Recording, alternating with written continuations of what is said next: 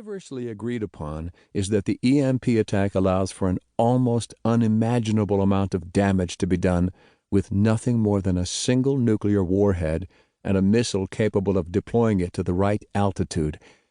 Given that there are more than 128,000 such warheads and 10,000 such missiles in existence, it seems prudent to better understand and prepare for this very real and present danger.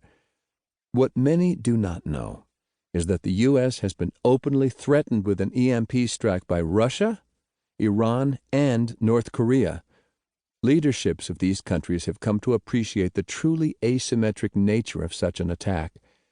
Consider that an EMP strike would be largely independent of weather, result in long-lasting infrastructure damage, and inflict a damage-to-cost ratio far greater than any conventional weapon, including a nuclear dirty bomb. Worse yet is that our enemies would not limit themselves to a single EMP strike. Rather, they would detonate several warheads, carefully timed and positioned across the nation to achieve maximum damage. Author Nicholas Sansbury Smith understands how an attack could cripple the United States. I first spoke with him when he was working for Iowa Homeland Security and Emergency Management in the disaster preparedness field. He reached out when he was writing a science fiction story about solar storms with some questions about my book, Disaster Preparedness for EMP Attacks and Solar Storms. Since then, Nicholas has also spent a great deal of time researching EMPs. Trackers is a work of fiction, but many of the places in the story are real. Utilizing his background in emergency management and disaster mitigation, Nicholas has done an excellent job of describing a realistic geopolitical crisis that sets the stage for an EMP attack. The following story is a terrifying scenario in which brave men and women must adapt to a challenging new world, a world that we could see ourselves being thrust into.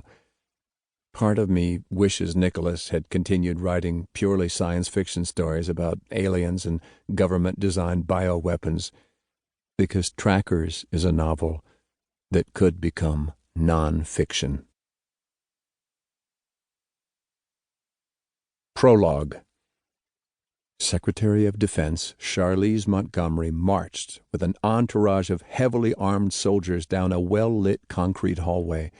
Both Charlize and Albert Randall, her security agent and closest ally, carried a military-issued M4 and wore a ballistic vest.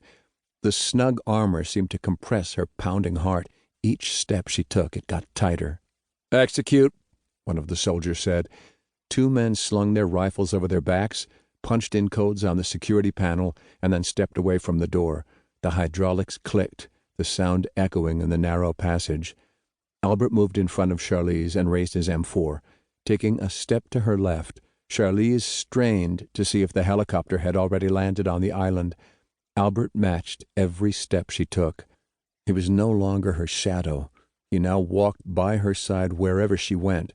The soldiers gave an all-clear, and Albert motioned for Charlize to follow him out onto the grass. A dark bowl dotted with stars hung over Cape Canaveral. She searched the darkness for any sign of the Sikorsky SH-60 Seahawk. The mid-September breeze, still humid, whipped the palm trees back and forth on the berms disguising the island. There was no sign of civilization in the distance, making it easy to spot a single red flashing dot on the horizon. Charlize stepped forward to see if it was the Seahawk. Although she was surrounded by a dozen soldiers, she still felt uneasy.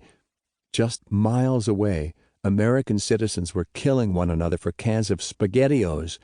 Reports were also trickling in of civilians taking pot shots at military choppers across the country.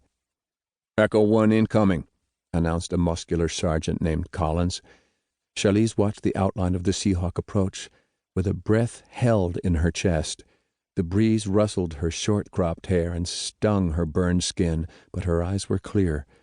For the past 24 hours she'd sobbed and sobbed until she couldn't cry any more. It had been so long since she'd held her son, Ty, but in a few more minutes he'd be here. Her joy was shadowed by guilt. This reunion had come at a staggering cost. Dozens of soldiers had